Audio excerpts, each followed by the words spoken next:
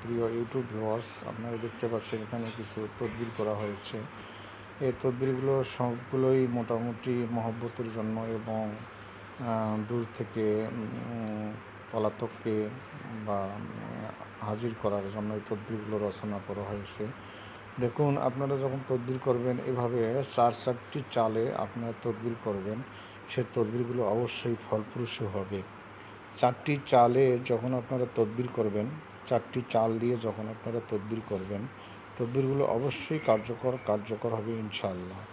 আমি এই তদবিরগুলো যাদের জন্য করেছি তাদের কাছ থেকে পরবর্তীতে রেজাল্ট নিয়েছি, তারা কোনো ফল পেয়েছেন কি না তারা জানিয়েছে, তারা মোটামুটি 100% ফল পেয়েছে।